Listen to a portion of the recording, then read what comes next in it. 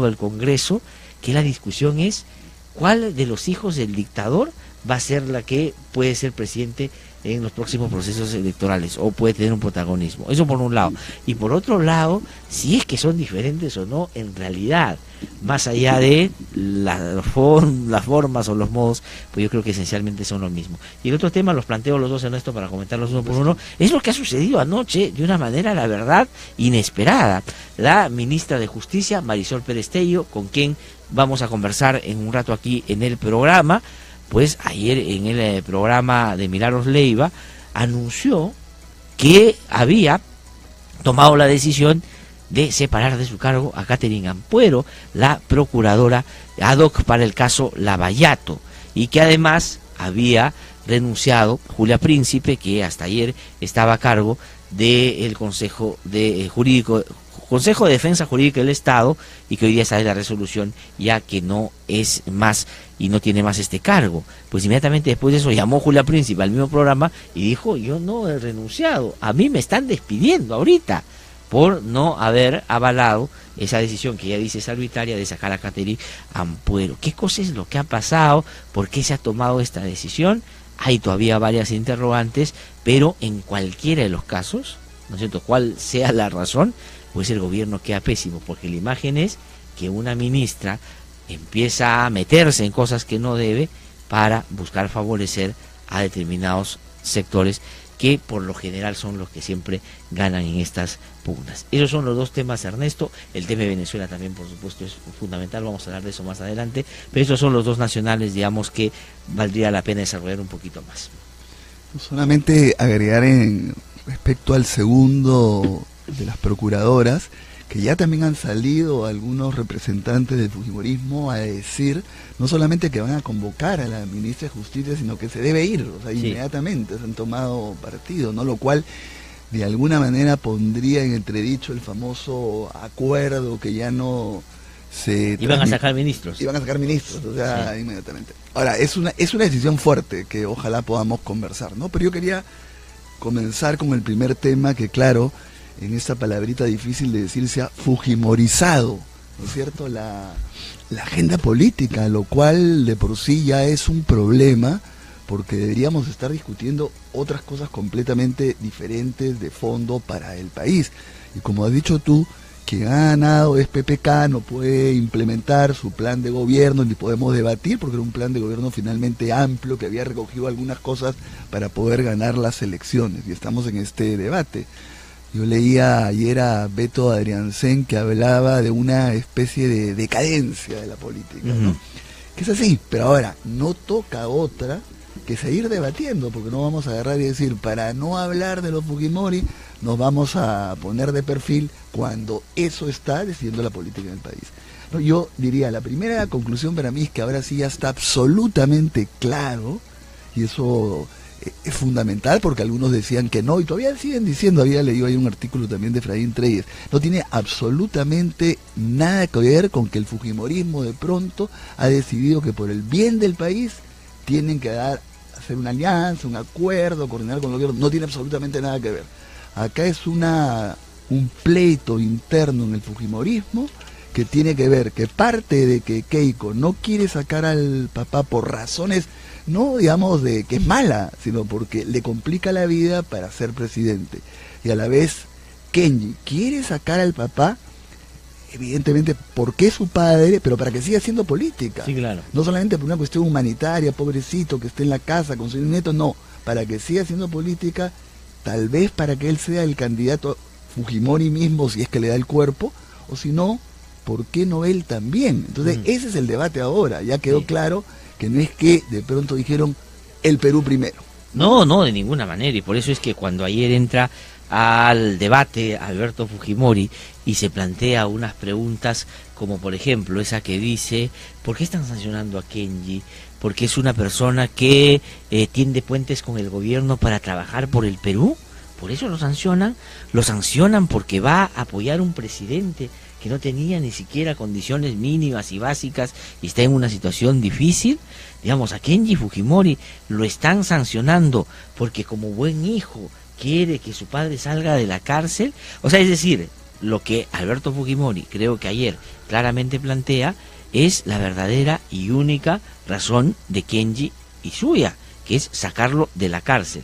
Y claro, Keiko Fujimori ha encontrado el argumento para no sacarlo porque no le conviene, porque no quiere, porque parece que la va a desplazar en el liderazgo en Fuerza Popular, el argumento de que ella no va a usar su poder para sacar a Alberto Fujimori de la cárcel. Pues es una coartada.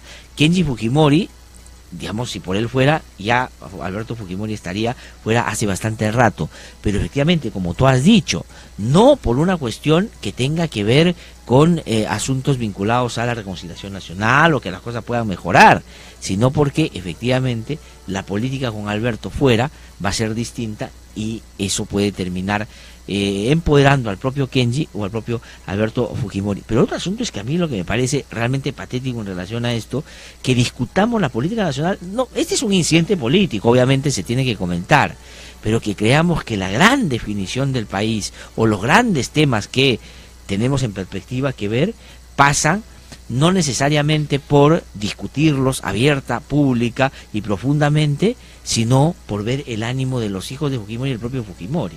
Entonces, Kenji Fujimori va donde su papá a decirle que va a ir a hablar con Ollantumala, que está también preso en la Diroes, y el papá le dice, oye, pobrecito, hagámosle un pan con queso y llévale para que coma porque él debe estar desamparado. Entonces ahora el puente hacia la reconciliación es un pan con queso. Es decir, si fuera tan fácil, ya hace rato deberíamos haber dado ese paso. Entonces no se pueden someter los grandes debates nacionales que tienen que plantearse de una perspectiva más a mediano y largo plazo, pensando en el ánimo o el interés particular o circunstancial de determinados actores que hoy por hoy los medios de comunicación le dan el peso central para que podamos avanzar en esa dirección, ¿no? Eso a mí me parece, la verdad, patético, porque además Kenji Fujimori y Keiko Fujimori lo único que tienen a favor en términos políticos es ser hijos del dictador. Si no tuvieran ese apellido, por eso es que cuando el otro día hablábamos con Tubino, ayer escucho, este partido ha nacido para trascender los apellidos. A ver, dime tú, ¿quién? ¿Ese Becerril sería otro candidato? ¿Cecilia Chacón? O sea, digamos, ¿hacia dónde apunta ese fujimorismo? Entonces, creo que hay que centrar bien el debate. Lo que pasa es que es anecdótico lo de Kenji, se entusiasman algunos, entonces le van a dar hasta donde se pueda, ¿no? No, sí, además la pregunta es, ¿y en todo esto dónde está PPK? ¿Dónde está el gobierno? Porque yo creo que aún sea la razón que sea de lo que está pasando, porque cabe explicar, lanzar una serie de hipótesis, los desenlaces son inciertos entre si va a ganar el sector albertista o Keiko, yo creo que el gobierno debería estar aprovechando, bajo cualquier circunstancia, una tregua entre comillas, no digo que perfecta, pero debería estar presentando ahí un proyecto, avanzando, poniéndolos a prueba, porque fíjate tú que el gobierno también debe actuar, y ya lo está actuando, es ¿quién le ofrece más nivel de gobernabilidad? ¿Qué le conviene más? ¿Keiko o Kenji con Alberto? Eso es lo que está jugando, sí. Porque Kenji también desde el primer momento se ha acercado a PPK diciéndole, mira, si tú me ayudas y sacas a mi papá, yo te voy a ofrecer, así serían las cosas. Sí. Yo me voy a acercar a tus ministros, todo va a ser así. Y por otra parte, Keiko inmediatamente le ha dicho, mira, no te vayas con él porque yo también voy a poner orden en la casa y vamos a actuar de esta manera. Porque yo comentaba en Facebook también que escuché una entrevista Glatzer a Galarreta y era impresionante, ¿no? Galarreta agarraba y decía que no se había opuesto a Nelson Chac porque tendría que haber una cosa demasiado, muy en contra, utilizó la palabra para que ellos se opusieran, y después se iba a referir a las conversaciones anteriores del Contralor y dijo, ¿para qué volver al pasado? ¿No? Claro. O sea, fue increíble. Me dijo, viene Fiestas Patrias, una razón más para estar todos unidos. Entonces, claro, hay una... Ahora, yo te digo, sabemos a qué responde eso, pero ¿cómo aprovecha este gobierno el asunto? Pues no se puede pasar todos los años esperando lo que decía la agenda el fujimorismo. Claro, ¿no? Pero tienes a un presidente Kuczynski que da una entrevista que es publicada ayer en La República, que la frase que le sacan es, yo pensé que no era tan difícil gobernar y que en este primer año íbamos a poder hacer más cosas. Es decir, lo que todos entendían que en él era una virtud, una característica, el conocimiento del Estado, que iba a entrar a resolver los problemas, ha terminado siendo, desde su propia lectura, un problema y un déficit sustantivo. Ahora, ¿en quién le ofrece más, Keiko o Kenji al gobierno? Keiko tiene el bloque fujimorista todavía funcionando en la dirección que ella maneja, porque estas disidencias de los 23 que han estado en contra de Kenji Fujimori no han significado sino un malestar porque lo que ha pasado a Kenji, pero no hay posibilidad y no se ha dado todavía un paso siguiente a habilitar, por ejemplo, una nueva bancada. Claro, de pronto, pensando no solo en Kenji, sino en otros que podían haber intentado salir en otro momento de Fuerza Popular, es que plantearon esto de la ley de transfugismo, que no puede partir las bancadas. Pero si el Tribunal Constitucional abre esa posibilidad, veamos si la discusión ahí pasa por una ruptura. Pero ¿quién le puede dar más al gobernabilidad, entre comillas, a un gobierno débil como este? Pues claro, vamos a ver. Pero ya, fíjate, el propio gobierno se empieza a disparar los pies. Ayer con lo que ha hecho con las procuradoras, al margen, digamos, de lo que podamos decir del trabajo de las procuradoras, ¿ah?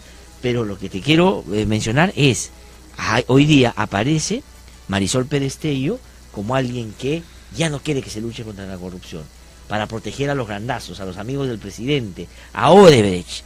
Y con eso se genera otro capítulo en el que de repente van a empujarla a salir del Ministerio de Justicia o la van a sacar, y claro, esta vez el Fujimori va a decir, no somos nosotros sino ellos, que muy poco tiempo después de haber conversado con Keiko Fujimori cometen actos de esta naturaleza, ¿no? Y ya se está planteando en esos términos. Ahora, de repente pues habrá pensado acá también que este acuerdo, esta negociación y todo este problema le iba a permitir pasar esto más fácil de los procuradores. Habrá que discutir, ¿no? Ojalá que podamos profundizar ahora. Ahora, yo digo, y una cosa que se ha podido, digamos, varios han identificado, es que termina siendo llamativo que Marisol Perestello haya terminado una situación de esta naturaleza, porque dentro del gabinete es una de las personas que más recorrido y experiencia política tiene.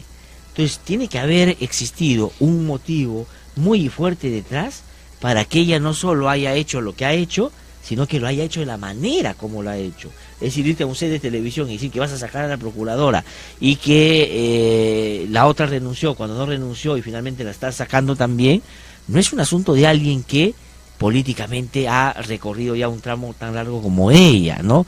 Y ya empiezan a decir que es como cuando Figaro sacó a Vilcatoma, que también cuando a Julia Príncipe la sacó el gobierno de Nadine Heredia. Entonces tratan de, porque ahora vincularte al gobierno de Humala es para buscar destruirte, ¿no es cierto? Entonces ya están un poco armando una interpretación de esa naturaleza. ¿Por qué lo ha hecho? Ayer había Consejo de Ministros, de pronto ahí conversaron, y no sé si el presidente del Consejo de Ministros, el presidente mismo le dijo, oye, aquí hay un problema con esto, ¿qué se hace? Y él tomó la iniciativa. No sé, habrá que preguntarle. No sé si Carlos Yancuel, el productor, nos han confirmado que vamos a hablar con Marisol Perestello, ¿no? No va a... Ya, en un ratito vamos a hablar con ella. Entonces estamos todavía ahí con la posibilidad de preguntarle sobre este y otros temas. Claro, porque además habría que introducir el elemento que se decía cuando se hablaba de los cambios de ministros en 28 de julio, se hablaba de un cambio que era el de ella, ¿no? Ahora, la razón que se daba era que ella se oponía totalmente al indulto, ¿no es cierto? Pero acá también puede estar el juego por el lado, si ya ella va a renunciar, entonces resuelve un poco el problema antes de los procuradores. Pero aún así, yo estoy contigo, no se ve bien, debió en todo caso explicarse mucho más antes, claro, ¿no es cierto? Darle la oportunidad a los mismos procuradores. No, de acuerdo, para comenzar, hablarlo con ellos en el Consejo de Defensa del Estado. Imagínate, Catherine Ampuro estaba en otro canal de televisión mientras la despedían en otro. Eso es una cosa inaceptable y claro, algo ha tenido que suceder. Ahora vamos a preguntar claramente a Marisol Perestello, por cierto, sobre eso, ¿no? Una cosa anecdótica, Glatzer, pero te escuchaba sobre la visita de Kenji a Humala. Yo digo, debe haber sido peor para Humala, se debe haber absolutamente deprimido. Es decir, qué mal estaré que venga Kenji con panes con queso, con agua, todo a ayudarme. Debe decir, estoy en una soledad absoluta, ¿no? No, y lo otro es que después de haberlo hecho, va y lo canta a todos los vientos. Es decir, escribe un artículo, cuenta los detalles. Porque si fuera un tema simplemente humanitario, de que tú quieres colaborar con alguien que está en un problema como el de Humala, pues lo haces y punto. Y de repente un tiempo después dices, bueno, ahora que ha pasado esta coyuntura, un día nos encontrábamos y hicimos eso. Pero sale, inmediatamente va, escribe un artículo, el Comercio lo pone a toda página y obviamente empieza uno a dudar cuáles eran las intenciones. Además, ¿no? La pregunta es que Humala no tenía comida, Humala no tenía agua, Humala hacía morir de frío en la noche, no tenía toalla, como yo también de broma, entonces tenía que recurrir a la Comisión Interamericana de Derechos Humanos y plantear que había por tratos inhumanos. Por tratos inhumanos. Sí, o sea, eso, tratos inhumanos y degradantes. Eso demuestra pues que es absolutamente una farsa, porque es obvio que a un expresidente, cuando lo tengas preso, no lo vas a tener pues torturándolo. Entonces es más de la farsa, en el sentido de lo que has querido tú transmitir con eso, que nuevamente eres una persona buena, que quieres crear puentes con todos para que ya no haya odio sino amor, y por lo tanto mi padre afuera de ese contexto, o sea, y aquí hay ¿no? que tener cuidado cómo se interpretan los hechos también, ¿no? Porque yo he escuchado versiones de gente que está del lado más antifujimorista, si uno quiere, para tratar de resumir y englobar, digamos, a un grupo que es importante.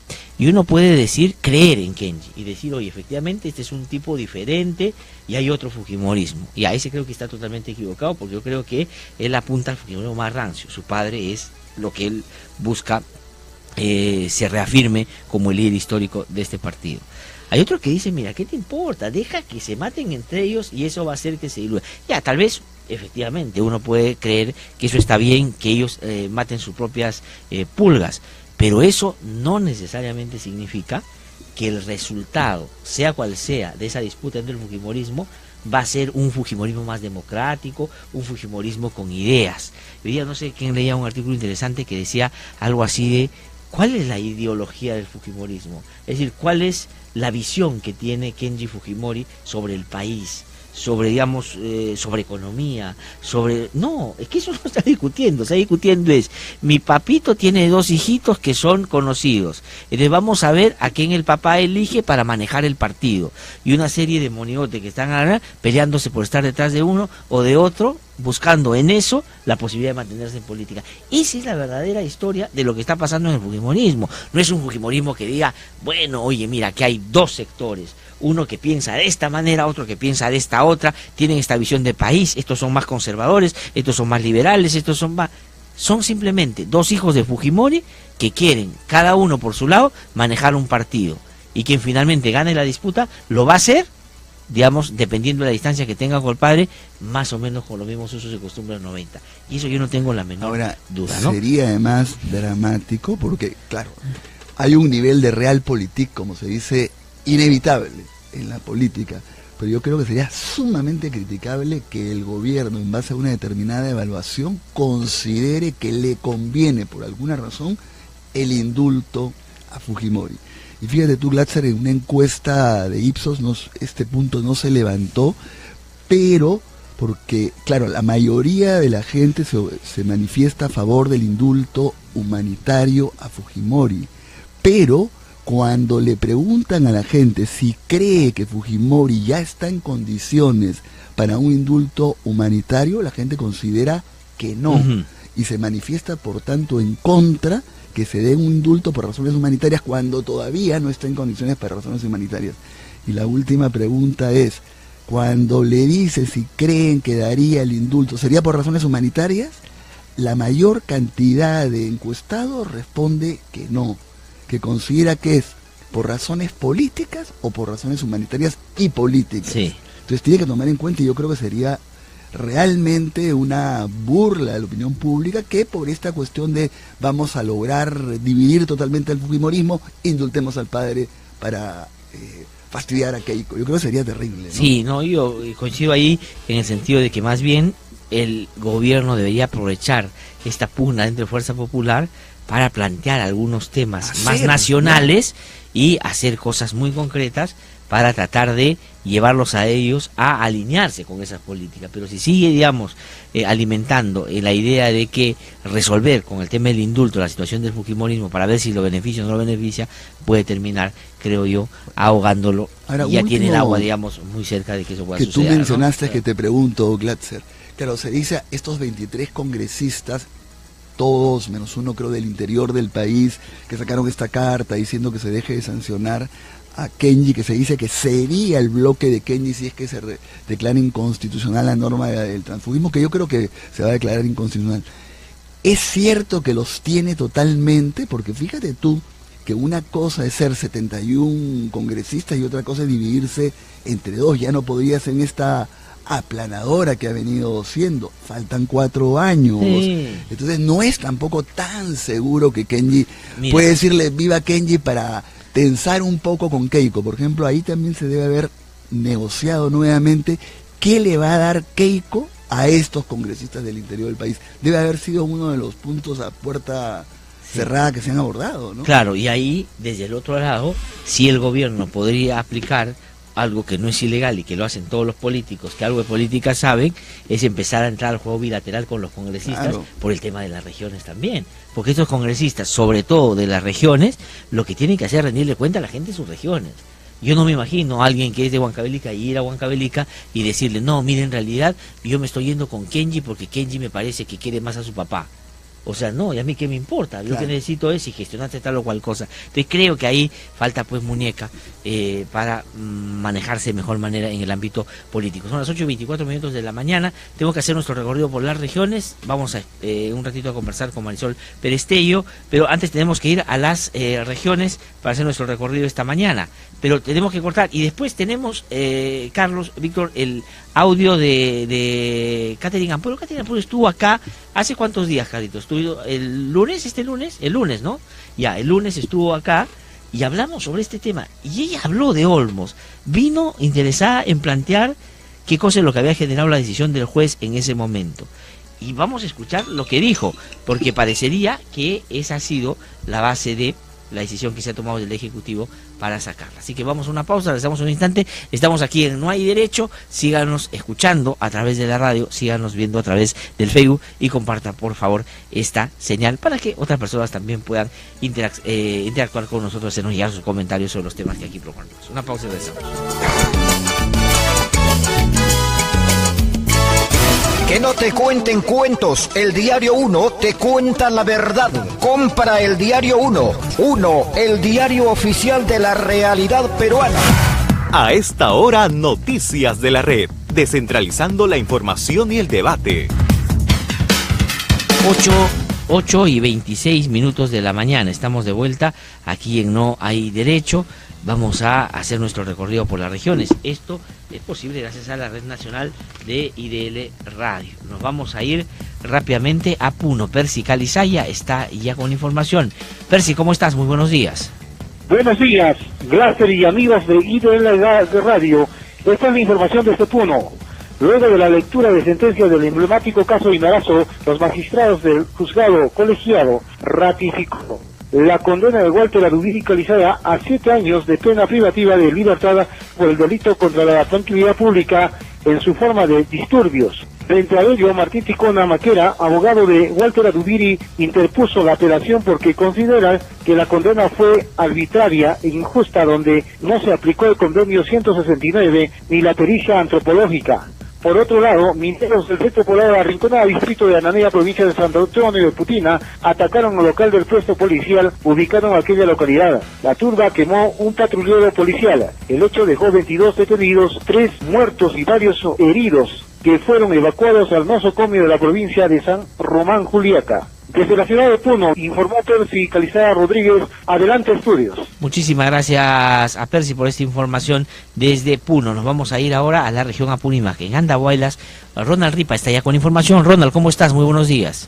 Muy buenos días. Continúa la paralización de los maestros del SUTEP en la provincia de Andahuaylas.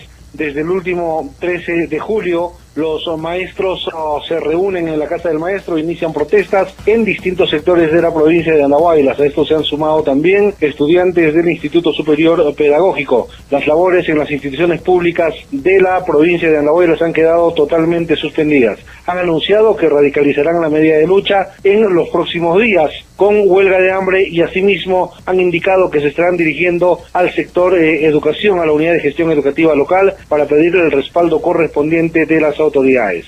Mientras dura esta medida de lucha, se denuncian también una serie de cobros indebidos en la Unidad de Gestión Educativa Local de Andahuaylas. El secretario del SUTEP, Mauro Concha Villegas, hizo público esta denuncia esta última semana. Desde Andahuaylas informó Ronald Ripa.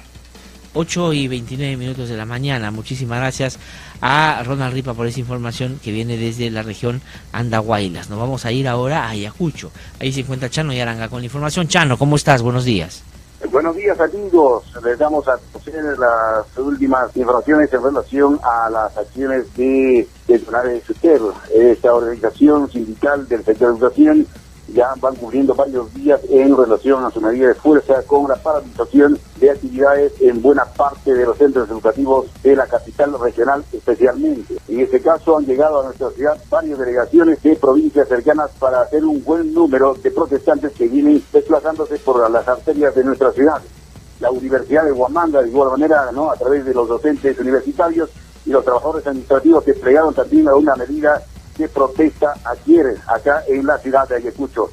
De acuerdo a las informaciones que tenemos, el CIPE Tonare, que está en este momento cumpliendo estas acciones acá en esta capital regional, estaría marchando a Lima a través de una delegación para exigir al Ministerio de Educación que se aperture una mesa de diálogo o la posibilidad también de dialogar con las autoridades del sector educación. Desde Ayacucho, Chano Yaranga para IDL Radio. Muchísimas gracias, Chano, por esa información desde la región Ayacucho. Hemos terminado así nuestro recorrido de esta mañana, agradeciendo a la Red Nacional de IDL Radio por siempre, no solo apoyándonos con información que viene de distintas regiones, sino también dándonos la posibilidad de llegar a cada una de ellas para poder generar un debate un poco más amplio sobre los temas que también en las regiones preocupan e interesan. Vamos a una pausa, estamos en Facebook, así que esperamos nos hagan llegar sus comentarios esta mañana, también sus sugerencias para poder conversar ya en un ratito con nuestros invitados. Una pausa y regresamos.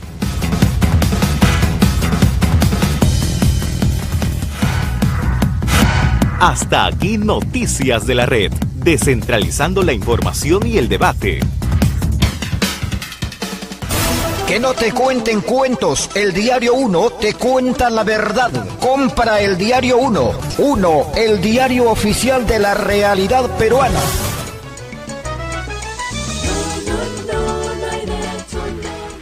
¿A qué hora voy a adentrar yo, señorita? Estoy desde temprano y el doctorcito dijo que... Mire, señor, por favor, tiene que esperar. Espere allí, tome asiento. Yo le aviso, ¿ya? Buenos días. ¿Estará el doctor Quirós? Buenos días, señor. Sí está. ¿Usted se va a atender? Tengo un pequeño dolor en el cuello y deseo consultarle... Claro que sí. Pase usted, por favor, por esta puerta. Señorita, ¿ello? Ya le dije. Tiene que esperar, señor. Yo le aviso.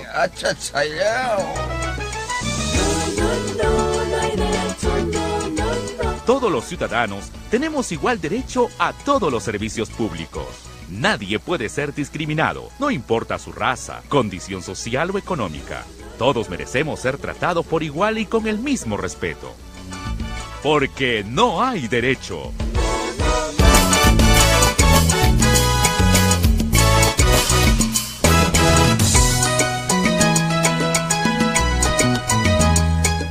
Ocho y 32 de la mañana, estamos de vuelta aquí en No Hay Derecho. Vamos a conversar en un ratito con la ministra de Justicia, Marisol Perestello, que se había comprometido ya con nosotros hace algunos días para conversar sobre diferentes temas vinculados, por cierto, a su sector, pero como corresponde, además inevitablemente, el tema del día pasa por lo que ha sucedido ayer a propósito de que en la televisión ella nos dio a conocer una decisión, parece que había ya tomado, y es que ha separado del cargo a Catherine Ampuero, que estuvo aquí con nosotros el día lunes, y conversamos sobre varios temas. Ella es la procuradora ad hoc para el caso Lavallato.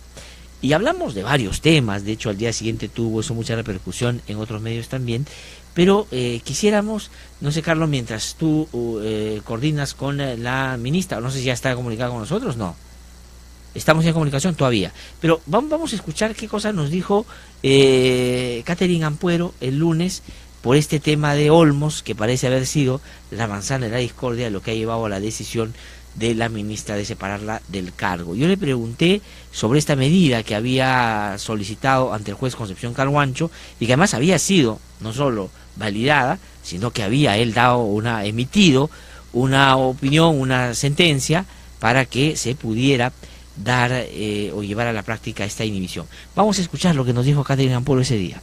Nosotros sí hemos tomado acciones, incluso la última fue la inhibición en el tema de Olmos, ¿no? Que entiendo que ha causado mucha preocupación porque ahora los principales acreedores de esta empresa, que son los amigos banqueros, pues ahora están preocupados porque no van a poder cobrar esas acreencias a Odebrecht. De acuerdo, porque ahí ustedes lo que plantearon es que como es un caso, digamos, en controversia, entonces lo que hay que hacer es tratar de proteger los bienes y que no se repartan mientras no se resuelve el asunto de pagar al Estado de reparación civil. Por supuesto, prioridad es el pago al Estado por el enorme daño que han causado todos estos hechos de corrupción y lavado de activos. ¿Y los banqueros qué querían? ¿Que se les pague a ellos primero? Obviamente lo que le interesa a la empresa es sus acreencias, pero no las acreencias de los pobres trabajadores. Esa es la excusa, los trabajadores. Aquí los principales acreedores de la empresa son los bancos, son los amigos banqueros que quieren cobrarse primero. Mire usted que esos han sido los que han estado detrás de esta especie, y es verdad que yo lo he visto en algunos medios, como de campaña para desacreditar el trabajo de la Procuraduría, diciendo que lo que quieren es de pulverizar a la empresa para que no le pague a nadie. Claro, se están victimizando, ¿no? Glatzer, la empresa acá tiene activos valorizados en más de 2.000 millones de dólares. ¿Y qué pretenden? Pagar una reparación civil de 60 millones de dólares, que no es pues ni el 5% de todo lo que tienen.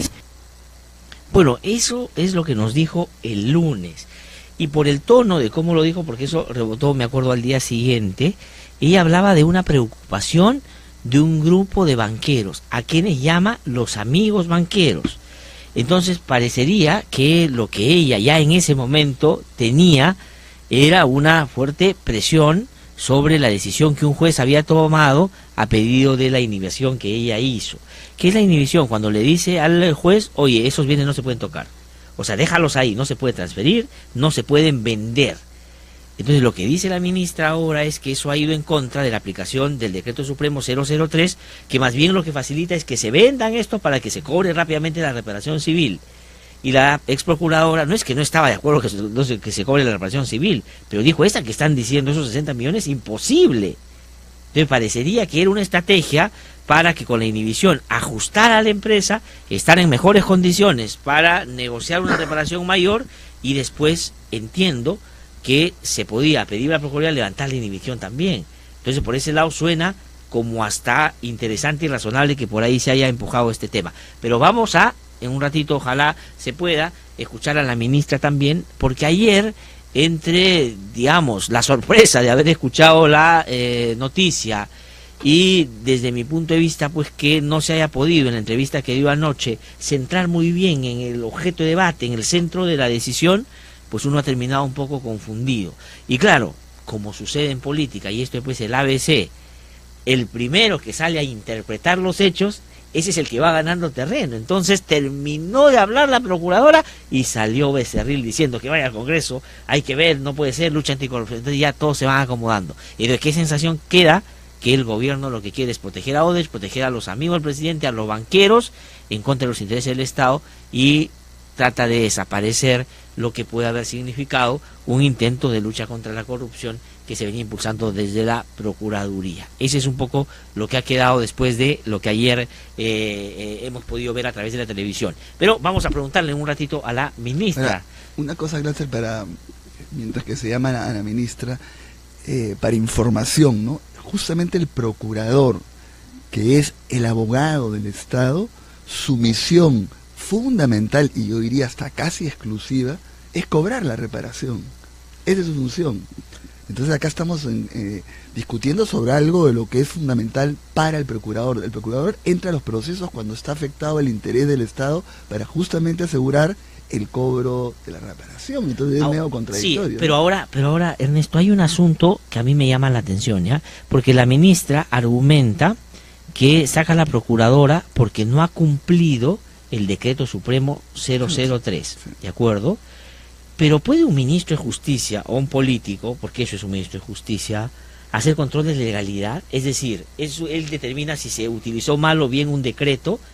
El que debe hacerlo es un juez, y el juez, a pedido de la procuradora, validó que lo que la procuradora pedía era legal, y le dio la razón, y al darle la razón, pues dijo que la inhibición se daba, y por lo tanto todo lo de Odebrecht quedó paralizado en el caso Olmos. Eso me parece que es un error, porque pretender que los miembros del gabinete, una ministra de Justicia, además con la trayectoria que tiene Marisol Perestello, salga y públicamente diga, no ha cumplido con lo que el gobierno dijo, pero el juez dice que no era inconstitucional lo que hizo, que no estaba mal, o sea, el juez lo ha validado. Eso me parece también llamativo, la verdad. Vamos a, en un ratito, tratar de comunicarnos con ella, esperemos que claro, no... Ese es un argumento que tiene a favor la procuradora Ampuero, es decir, ¿cómo será de legal que yo lo pedí y me concedieron?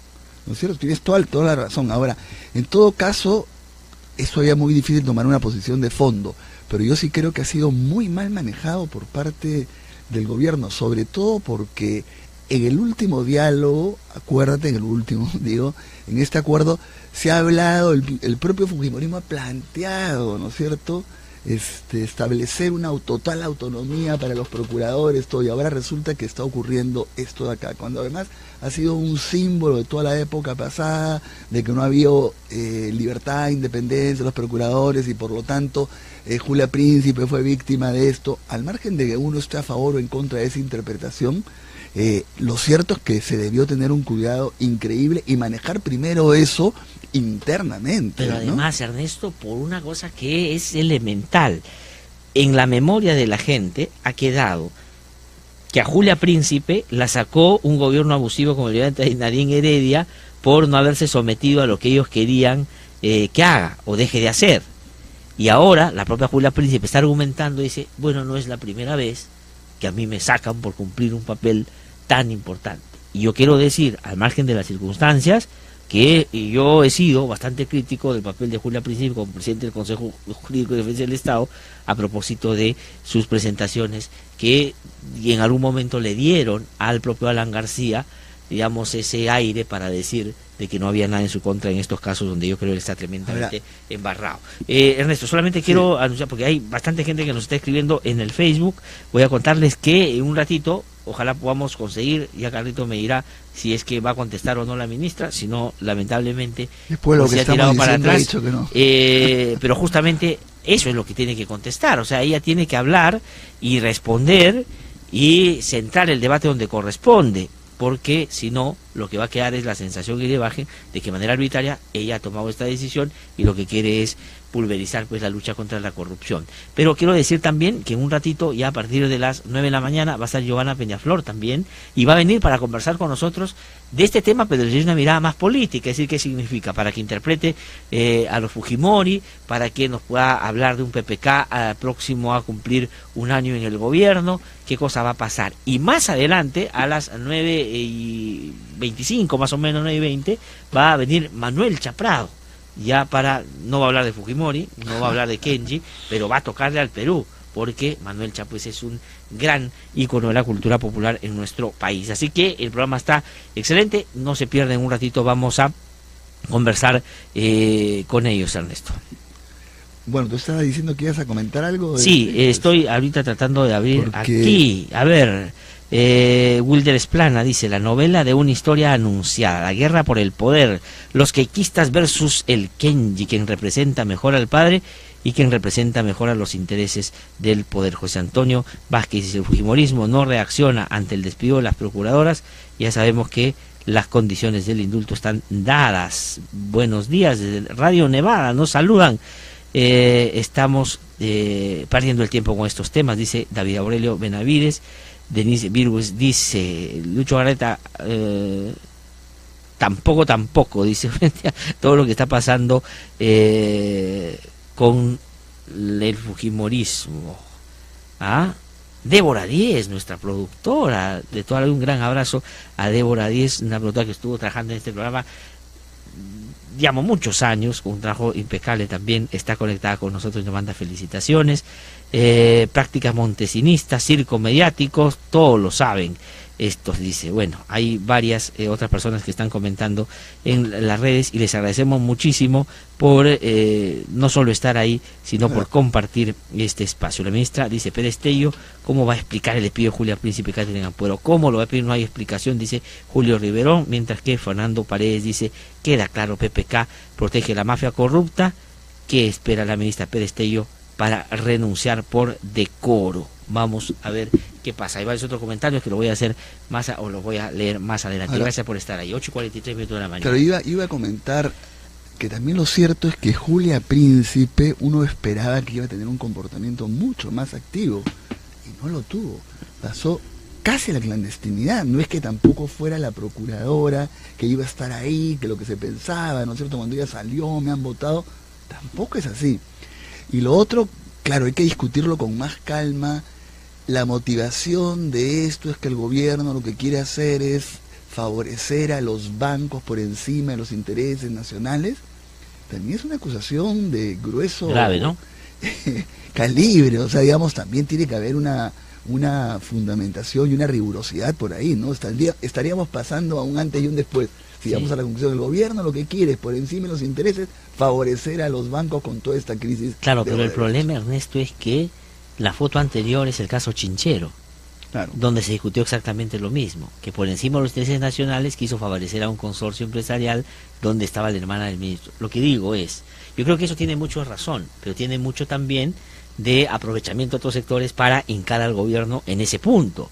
Pero si el gobierno no ha hecho eso, tiene que responder y responder bien. Y si lo ha hecho, tiene que corregir. Entonces el problema es que van saliendo una detrás de otra. Y la imagen que la gente se hace del presidente es que es un presidente que gobierna con esos amigos y le da a ellos por encima de cualquier otro interés. Esa es la discusión ahora, porque a mí me parece que el decreto 003, que ya nosotros habíamos criticado inclusive porque tenía problemas de inconstitucionalidad, y que recuerdo inclusive hace ya varios meses, cuando conversando con la propia procuradora Catherine Ampuero aquí en el programa, ella mostraba su reparo sobre eso por lo que significaba y por la temporalidad del decreto. Ernesto, esto vence en febrero. Entonces, yo creo que la hipótesis que ha estado detrás de la Procuraduría es, van a hacerla larga, dejar pasar el tiempo, esperar que vence el decreto y ahí poder hacer lo que les da la gana. Entonces ella ha optado por una línea distinta y la han acusado de no cumplir eso y por eso la despiden. Ahora, ¿una ministra puede despedir a un procurador? Ojo, puede despedir, o sea, digamos, tampoco es que eso no sea ilegal. Lo que puede terminar siendo, si no hay argumento válido, es arbitrario, pero sí lo puede hacer, porque los procuradores del Estado son abogados del Estado, o sea, son una parte en el proceso, defienden los intereses del Estado. Y claro, se les da independencia para trabajar, pero están adscritos al sistema de defensa jurídico del Estado y al Ministerio de Justicia. Ahora, ¿cuál es la consecuencia, más allá del caso concreto y la salida de Catherine Ampuero, que tienen que buscar otro procurador? Y vamos a ver qué hace el procurador. Si es que ese procurador o procuradora lo primero que hace es va y quita la inhibición, bueno, ya se sometió totalmente y quien va a mandar en el Consejo es la ministra, que además dijo que a la salida de Julia Príncipe ella retoma a ocupar el cargo de presidenta de esta instancia dentro de su sector, ¿no? Bueno, así están las cosas. Son las 8:47 minutos de la mañana. ¿Qué hacemos, Carlito? Vamos a una pausa mientras, o sea, la ministra no ha contestado, ¿no? Ya, entonces, ya, pues se ha tirado para atrás seguramente, porque, bueno, no sé, le habrán dicho, no, mejor ahí no, porque ahí sí te van a preguntar lo que hay que preguntar y de repente te ponen en problemas. Vamos a una pausa, regresamos en un instante todavía y hacemos un llamado al Ministerio de Justicia, que sé que nos están escuchando, que por favor le digan a la ministra que nos conteste para que podamos conversar brevemente sobre este y otros temas. Así que ya regresamos, son las 8:47, muchísimas gracias por estar ahí.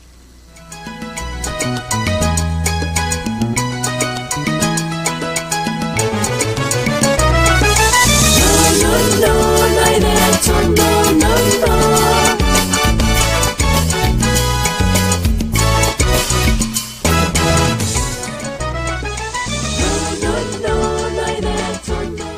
Buenos días, señor policía. ¿Qué deseas, mamita? Ay, propósito, denuncia tan llorada, quiero presentar una denuncia por violencia familiar. ¿Cómo? ¿Qué dices? Háblame en castellano si quieres que te entienda. Las víctimas de violencia familiar merecen respeto. Toda persona tiene derecho a ser atendida en su idioma. Porque no hay derecho.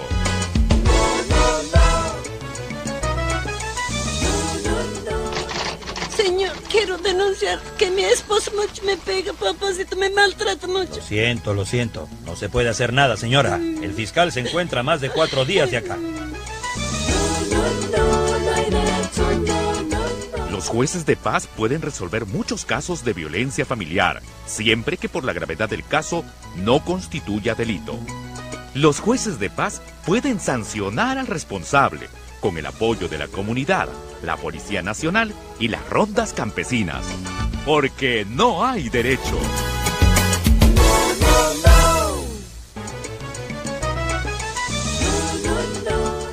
No lo quiero perjudicar, señor alcalde, pero la verdad, estas fotos de usted en la cantina, borracho, y junto a estas señoritas de la calle, no le hacen nada bien a su imagen de hombre correcto que es usted. ¿Qué me quiere decir, señor periodista? Un entendedor, pocas palabras. ¿Qué tal si su municipio me auspicia mi programa que tengo en la radio y nos olvidamos de este asunto? Aprovechar el puesto de trabajo o la profesión para imponer un chantaje en nuestro beneficio es una de las caras de la corrupción.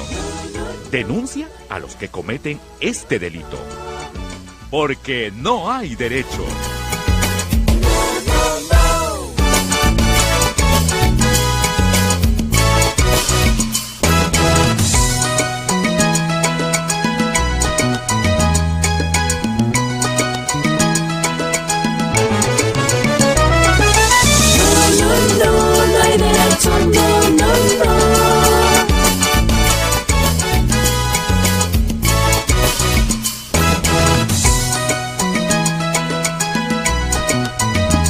Y 50 minutos de la mañana, estamos de vuelta aquí en No Hay Derecho.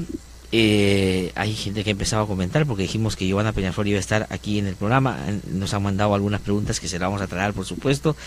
Giovanna, como ustedes saben, es directora de Imacén, que es una empresa que trabaja, digamos, también ella como analista mira mucho la política, trabaja en el Perú, también trabaja en otros países, lo que nos permite con ella hacer un poco también una comparación con otros procesos políticos, y de vez en cuando se da un tiempito para venir aquí a la radio para darnos su punto de vista sobre los temas que la coyuntura nos presenta. Giovanna, ¿cómo estás? Gusto saludarte. Muy buenos días, gracias por la invitación.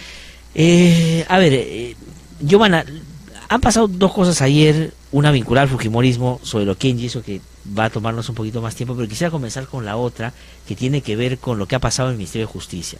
Ahí hay una consideración legal, digamos, de estrategias, de procesos y de cuestiones vinculadas a las investigaciones Lavallato. Pero en términos políticos, ¿qué cosa es lo que puede significar que haya pasado esto? Que salgan las dos procuradoras, que más muchos están levantando ya como que condensaban la lucha contra la corrupción, que se están desprendiendo de ellas, y la manera como finalmente Marisol Pérez Tello ha terminado pública y abiertamente a través de un medio de comunicación sacando ambas procuradoras del cargo. ¿Qué significa en términos políticos y qué crees tú puede estar pasando? Bueno, en realidad hoy día creo que se ha dado a conocer ya la resolución, sí. Por lo tanto, en realidad las resoluciones no se publican, digamos, desde las 12 o 10 de la noche a las 6 de la mañana, ¿no? O sea, es decir, esa resolución ya estaba hecha, en camino, ya estaba determinada, por lo cual creo que en realidad me parece difícil el término sorpresa. Ajá. De parte tanto de la doctora Julia Príncipe como de la procuradora Ampuero, ¿no? Porque pero digamos, del resto de nosotros, porque digamos, yo no sabía yo nada creo que en realidad interna, ¿no? Allí sí, efectivamente, creo que ha sido todo este tema de los procuradores un tema interno durante mucho tiempo y que no ha sido explicitado, ¿no? Claramente. Creo que en realidad, como he visto en algunos tweets o en algunos que se han estado dando en la mañana, lo que ha faltado es una explicación clara hacia la ciudadanía de cómo iba a ser la estrategia en el caso de las empresas y en todos los temas de Lavallato por el tema mismo de los procuradores. O sea, lo que hemos tenido hasta ahora es una procuraduría que saca noticias o declaraciones cada cierto tiempo, pero a diferencia de lo que ocurrió, por ejemplo, con los procuradores en otro momento particularmente complicado del país, con la caída del fujimorismo, claro. Allí como que había una explicación, o sea, un trabajo más hacia la opinión pública de explicar qué se estaba haciendo, cómo se estaba haciendo o cuáles eran los lineamientos a seguir. Creo que en este caso no se ha hecho lo mismo, ¿no es cierto? No hay una idea clara de cómo se está procediendo. Se sabe de procesos particulares, temas particulares, o sea, no particulares, sino casos puntuales, pero no como una estrategia general que finalmente la necesitábamos tener por la incidencia económica que tiene este tema de Odebrecht, o sea, lo que tiene el tema Odebrecht en la economía actual del país. Digamos, no un solamente punto menos de crecimiento, para comenzar, en términos que es un tema importante, ¿no? Sí, pero Johanna, ya, digamos, hay una serie de consideraciones, si tú quieres, más internas de cómo debe manejarse dentro del ministerio una cosa de esta naturaleza, porque coincide efectivamente, no habíamos reparado en eso, pero para que hacer una resolución hoy tiene que haber sido tramitada con un tiempo razonable. Pero las consideraciones políticas, porque tú sabes que en la política no importa tanto lo que es, sino lo que la gente percibe que es. Y lo que aparece hoy día, y hay medios que están amplificando esa idea, es que lo que están haciendo es sacar a quienes luchaban contra la corrupción para favorecer a intereses particulares vinculados al presidente.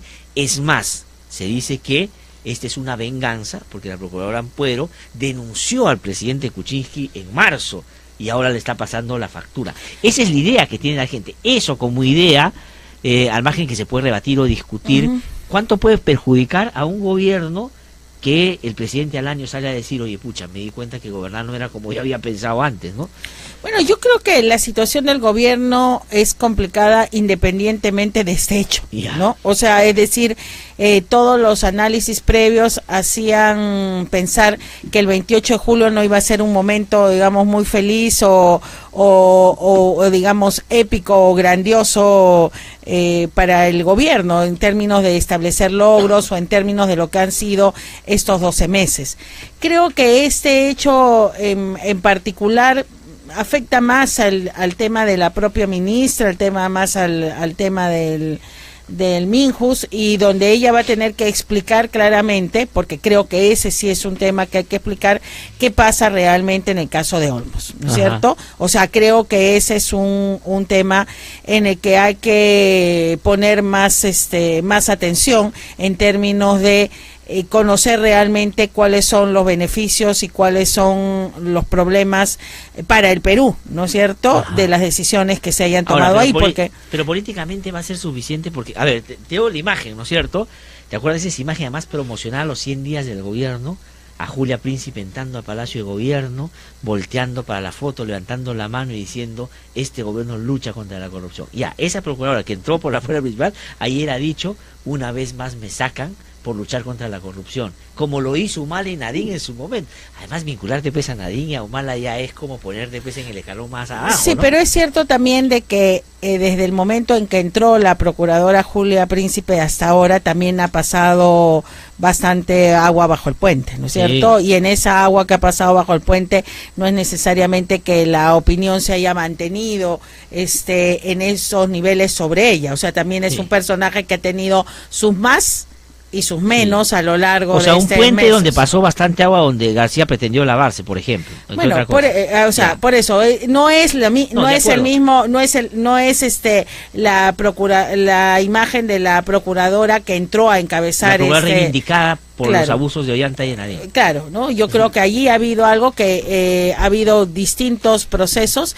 Creo que es esta situación, para quienes estaban siguiendo el tema, era más o menos cantada. Se hablan de dificultades de la Procuraduría con la Fiscalía, se hablan de una serie de temas a la interna que hacían esperar este desenlace, pero creo que definitivamente es un momento difícil para el gobierno, que le añade un tema más, pero bueno, finalmente habrán optado también porque era indispensable tomar, supongo, para ellos esta decisión en este momento, ¿no? Ahora, para pasar a otros temas tan interesantes como esto, pero con Glasser nos sorprendíamos que el pedido que había hecho Ampuero había sido aceptado por el juez. Entonces, ¿por qué eso? Y además, si es que justamente la ministra de Justicia tenía el derecho de decir, ha incumplido con una norma cuando el juez había considerado que no había incumplido. Mira, yo no he seguido el tema ¿cómo se llama? Del proceso legal, ¿no es cierto? Y además no soy abogada en ese sentido, pero digamos, hasta también entiendo que una cosa es admitir, ¿no es cierto? Y otra cosa es que sea eso un tema inamovible o que le esté dando es que la lo que razón, pasa es que ¿no? legalmente ya el juez, al darle la razón, se podía concretizar la inhibición, es decir, que Olmos ya no podía venderse. Bueno, creo que ese es parte del problema también. No, ¿es ese cierto? es el problema. Que no puede venderse. Exactamente. Olmos cuando había un decreto ley dado por el gobierno, ¿no es cierto? Ratificado por el Congreso o explicado ante el Congreso, no sé finalmente cuál es la situación. El decreto supremo. El decreto supremo, pero que ha sido de alguna manera, entonces estamos hablando de una posición en que el Congreso y el gobierno estaban de acuerdo, más allá que creo que hay algunas modificaciones que se piensan Claro, lo hacer que pasa es que el decreto, ¿no? 003 salió para supuestamente facilitar las cosas para tratar con las empresas que estaban vinculadas a la corrupción, y lo dio el gobierno. Pero claro, al la procuradora hacer ese pedido de inhibición ante un juez, el juez es el que valora ese decreto, bajo la Constitución valora la ley, y le podía no haber dado la razón bajo el argumento de la ministra, pero él no usa ese argumento y más bien le da la razón a ella, y ahí se origina el problema. Pero efectivamente eso tiene un componente legal que ese tiene un componente, claro, sí, que tienen que verlo, digamos, los abogados y plantear qué cosa es lo que tocaba hacer allí. Pero finalmente, porque el argumento de la ministra, hasta donde he escuchado, es si hay una norma que está vigente, ¿no es cierto? Lo que le compete al defensor de los intereses del Estado es moverse dentro del marco legal vigente, ese argumento. ¿no es cierto? Ella lo que ha dicho es cómo tú puedes plantear una cosa en contra de lo que el gobierno ha hecho. Pero no solo el gobierno, sino digamos porque es más amplio que el Ejecutivo, ¿no es cierto? Es el Ejecutivo, el Congreso, podrían estar equivocados ambos, yo no lo sé, pero en todo caso se supone que uno defiende el tema del Estado bajo el marco legal vigente. Esa Entonces, es la observación. Otro podría haber impugnado, pero tú no, pues si tú sabes que venía, pero tenemos que ir a una pausa, Giovanna, por favor, te pedimos que vamos a una pausa y regresamos para salir un poco del tema legal, que creo es... Sí, que ahí el señor Rosa María estaría mejor en ese... Y vamos a regresar para hacer un poquito sobre las cuestiones políticas, sobre el hecho político pero también sobre otras cosas. Hay algunos entusiastas que dicen Fujimorismo partido, Kenji presidente, el presidente está próximo a cumplir un año, bueno, en fin, varios temas, y te pedimos que te quedes. Así que regresamos en un instante, estamos con Giovanna Peñaflor, así que ya volvemos. Que no te cuenten cuentos, el Diario 1 te cuenta la verdad. Compra el Diario 1, el diario oficial de la realidad peruana. Este programa es presentado por Mediacorp.pe. Continúa con la información, cultura, entretenimiento y música a través de radiosanborja.com. Felices fiestas patrias les desea Mediacorp. Ahora, toda la información de actualidad nacional e internacional, empresarial, miscelánea y más, la podrás encontrar en www.rci.com.pe, Radio Canal Identidad. También podrás escuchar y ver los diferentes programas informativos y musicales bajo la producción de Mediacorp, RCI, Radio Canal Identidad. Todo lo que buscabas en un solo portal. Curiosidades. ¿Sabías que el café es la segunda bebida más consumida en el mundo? Sí, está solo por debajo del agua. El café es la segunda bebida más ingerida en el mundo. Y la razón también es porque, curiosamente, es la segunda mercancía comercializada en el mundo, después del petróleo. Curiosidades.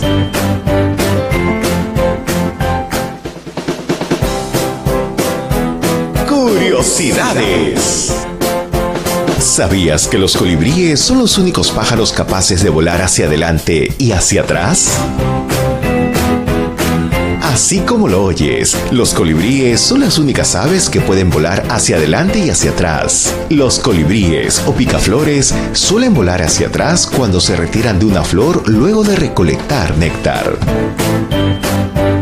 Curiosidades.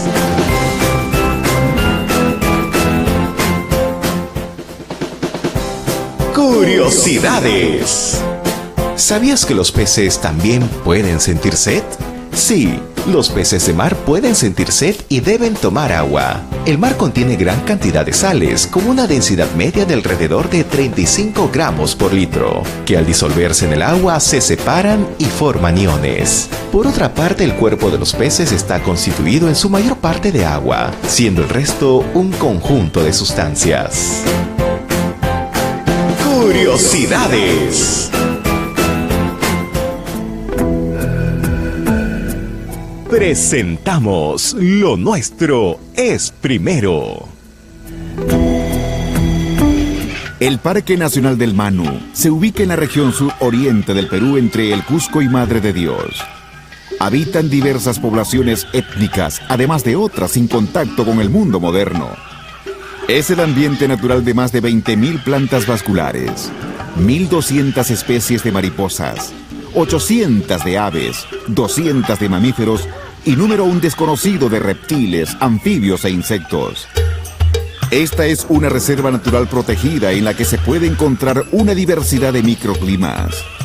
Entre la fauna silvestre del Parque Nacional del Manu se hallan especies como el ganso selvático, el gallito de las rocas, el mono choro, el maquizapa negro, el lobo de río, el lagarto negro, el jaguar, el tigrillo, el oso de anteojos y la taruca o venado silvestre. La temporada turística va de abril a diciembre, siendo el periodo de mayor visita entre los meses de junio y septiembre. Acabamos de escuchar Lo Nuestro es Primero.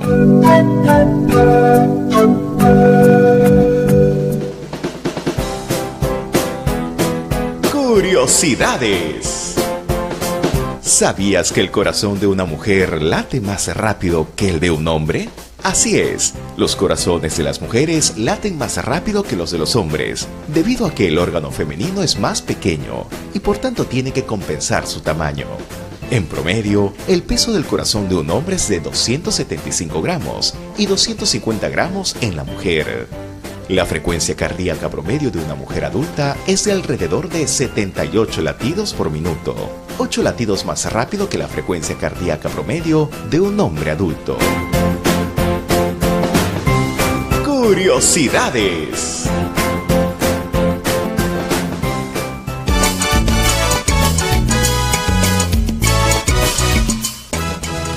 Nueve y 5 minutos de la mañana, estamos de vuelta aquí en No Hay Derecho. Estamos conversando con Giovanna Peñaflor, ella es analista, como ustedes conocen, viene de vez en cuando aquí al programa para conversar sobre temas vinculados a lo político, a lo social, y vamos a salir ya de este tema que inicialmente hemos conversado para entrar a otro. Que tiene, yo lo plantearía como en dos dimensiones. Una que es lo que está pasando en la relación entre el gobierno y la oposición, sobre todo la fujimorista, después del encuentro entre PPK y Keiko Fujimori. ¿Cómo has visto ese día siguiente? ¿Qué ves en perspectiva puede pasar? Eso por un lado. Y por otro lado, digamos, el escenario del fujimorismo. ¿Qué está pasando con Kenji Keiko? Ayer ha entrado ya como tercero Alberto Fujimori a respaldar claramente a Kenji Fujimori, ¿no? ¿Cuál es tu interpretación? ¿Cómo lo ves al presidente en esa relación, pero también de cara ya a cumplir su primer año? Bueno, a ver, el tema de la conversación creo que quedó en esta sensación, creo que hablamos antes de que se diera el tema del diálogo, o por lo menos alguien me preguntó, y en general para mí se quedó básicamente en lo que esperaba, o sea, en nada concreto hacia el tema de la opinión pública o hacia marcar la agenda. Creo que Keiko Fujimori buscaba allí recuperar el tema de la iniciativa al interior de su agrupación. Creo que eso lo logró, creo que el presidente finalmente no sacó muy en claro nada, por lo menos que ahí se haya puesto sobre la mesa, aunque algunos sospechan que ha llegado algún tema de entendimiento mayor, ¿no es cierto? Pero que no es de conocimiento público, pero todo eso se queda en el ámbito de las suspicacias, ¿no es cierto? Que habrá que ver también cómo pasa ahora, porque por ejemplo hay un sector fujimorista que no sé si en reacción a lo del día de ayer finalmente está pidiendo ya que la ministra de Justicia vaya al Congreso a explicar, ¿no es cierto? O sea, por eso, entonces digamos que hay que ver, podría ser una medición también de cuán agresivos están o no, o cómo realmente se llegó a conciliar en este o sea, tema, por lo menos su máximo, no voy a sacarte otro ministro. Claro, por lo menos. Por ejemplo, o sea, eso es un tema que habría que ver en estas circunstancias, pero lo que se necesitaba, que era un acuerdo de cara al país, eso no se ha producido, porque creo que el problema de fondo es que tanto el fujimorismo como el gobierno están preocupados de sus propios problemas internos, ¿no es cierto? O sea, es decir, del manejo de cómo administran su poder en cada esfera que cada uno tiene, en las rupturas internas, ¿no es cierto? O fisuras que aparecen hacia afuera. Entonces, finalmente, yo creo que estamos en el mismo espacio previo al del diálogo, ¿no? Ajá. Los problemas del gobierno subsisten, no estaban en el ámbito del tema de la ¿cómo se llama?, de la confrontación con el fujimorismo. Ajá. Yo soy de las que pienso que en realidad es esta confrontación la que le ha permitido al gobierno más bien encontrar una razón o una explicación para no haber hecho lo que la gente esperaba que hiciera durante estos 12 meses, ¿no? Y que en ese sentido en realidad los problemas de fondo no están en el tema de la relación, que podrían llegar a tener una vida muy armónica y que eso no va a librarlo de los problemas estructurales. Uno, claro, el que tú estabas mencionando, del cual tiene que salir definitivamente, es esta sensación de un gobierno que no trabaja para la mayoría de los peruanos, claro, o para o digamos para todos, ¿no? Para no hablar de los sectores populares que obviamente no están, claro, de la imagen, no se ha perjudido de la imagen de un gobierno lobista que ayuda a los amigos del presidente. Bueno, es que esa imagen es la que finalmente se ha terminado consolidando, ¿no es cierto?, a lo largo de 12 meses, y para cambiar necesitaría que el gobierno tome, ¿no es cierto?, nota de ese tema, y el 28 de julio diera un giro muy fuerte con respecto a lo que ha sido hasta ahora su accionar, cosa que yo no veo ningún indicio en esa línea. Sí. Algo que no he escuchado que acabas de decir, Giovanna, que quería reparar, ¿no? O sea, tú dices que más bien nuevamente PPK se encuentra con algo que lo salve. ¿Qué cosa es? El que el fujimorismo haya tenido la gran mayoría en el Congreso. Entonces puede agarrar y decir, yo no he podido hacer nada porque he tenido esta obstrucción de parte del Congreso. Es decir, su no haber hecho nada en realidad es responsabilidad de él, pero puede apañarla de alguna manera por lo del Congreso. Porque finalmente el fujimorismo divide, ¿no es cierto? Claro. O polariza a la sociedad peruana. Entonces la gente toma ese tema o ciertos sectores de la población para tomar posición sobre el tema del gobierno o sobre el tema de la evaluación de lo que ha pasado en estos 12 meses. Si ese elemento no existiera, si el gobierno hubiera sido como los anteriores, no con mayoría absoluta, porque ninguno lo tuvo, sino con una mayoría relativa, yo creo que se evidenciarían más lo que son los problemas exacto de fondo, ¿no? Que tienen que ver con una falta de agenda, ¿no es cierto?, para el país importante,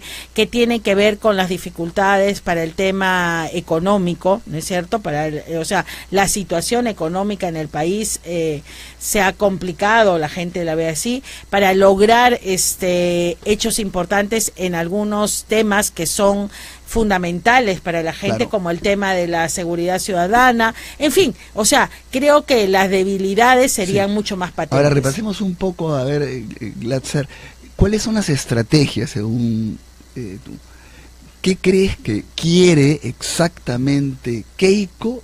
¿Qué quiere Kenji en términos evidentemente políticos, más allá de las cuestiones familiares, personales, digamos? Políticamente, ¿cuál es la estrategia y qué quiere lograr su objetivo final de cada uno? Bueno, yo creo que siempre ha estado como una agenda del ¿cómo se llama?, del fujimorismo, el tema de la libertad de Alberto Fujimori. Siempre ha sido un tema recurrente En por ambos más- sectores. Es que en general en el fujimorismo, ¿no es cierto? O sea, Keiko, para Keiko ha sido un problema en los sucesivos procesos electorales en que ha participado, y al final ha tenido que aparecer tomando alguna distancia sobre ese tema, que queda más digamos más evidente por el tema de Kenji Fujimori, ¿no? Pero yo creo que finalmente siempre queda la duda de qué tan distintos son. O sea, se va a partir realmente, si finalmente, o sea, si en algún momento se habló, ¿no es cierto?, de que el fujimorismo y el gobierno compartían mucho, ¿no? ¿Cómo va a ser en el caso de del fujimorismo partido? O sea, es decir, ¿cuál es el elemento que los divide? ¿La posición frente al indulto? Parece difícil, ¿no es cierto?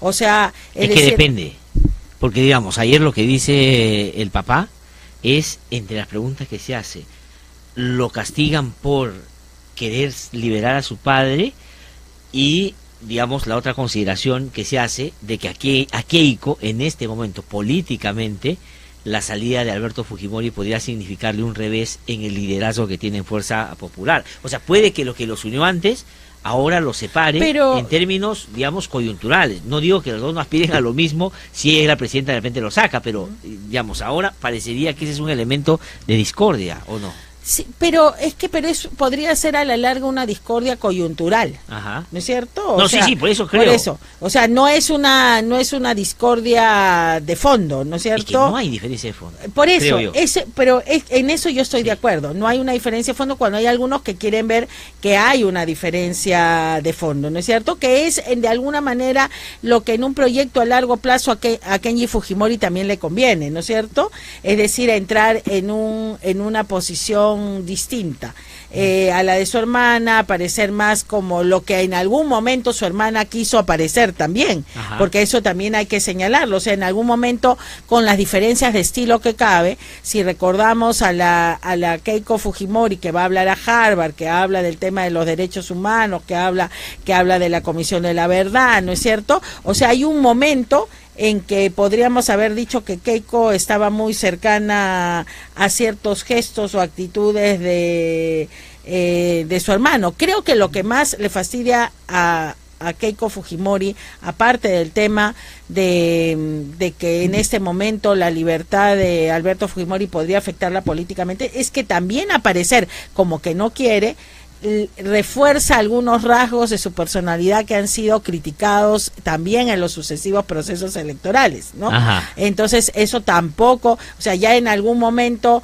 en el pasado se hablaba de la relación con la madre, hoy se habla de la relación con el padre en el tema político. Entonces finalmente Keiko está teniendo problemas para mantener una imagen que sea positiva de cara a la opinión pública, está teniendo problemas para definir cuál es su papel como oposición al gobierno o como fuerza distinta al gobierno, o sea, no sabe si acercarse o alejarse, claro. O sea, no logra establecer una línea. ¿No cree, Giovanna, que sí hay una diferencia de fondo, no de programa, pero si Kenji quiere sacar al padre para cuestiones políticas, mientras que a Keiko no quiere sacar al padre porque le complica la vida, sí es una diferencia fuerte ahora, claro que sí, y tiene consecuencias en el futuro también. Sí, pero es que realmente yo no sé hasta qué punto esas diferencias van a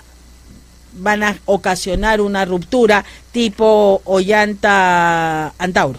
¿no es cierto? O sea, si vamos a llegar a que uno dice el enocacerismo no ha gobernado, nosotros somos otra opción y se mantiene siempre como pero una el fundador alternativa. Alberto ya se puso del lado de Kenji, ¿no? Sí, bueno, pero en un tema, digamos, donde cuestiona más bien al grupo, porque no te olvides que Kenji Fujimori ha hablado de cuestionamientos al grupo alrededor de Keiko, ¿no es cierto? O sea, es como la opción de no es ella directamente, sino es este par de asesores que tiene, es un grupo que está alrededor de ella que finalmente incluso Kenji Fujimori dice que fracasó en los procesos electorales anteriores y que por lo tanto debería dar un paso a costado. Entonces, la pugna porque a qué se está enfocando no en ella directamente, sino en un entorno al que tanto Kenji Fujimori como su padre finalmente cuestionan y critican, ¿no? Entonces es como una cuestión de entornos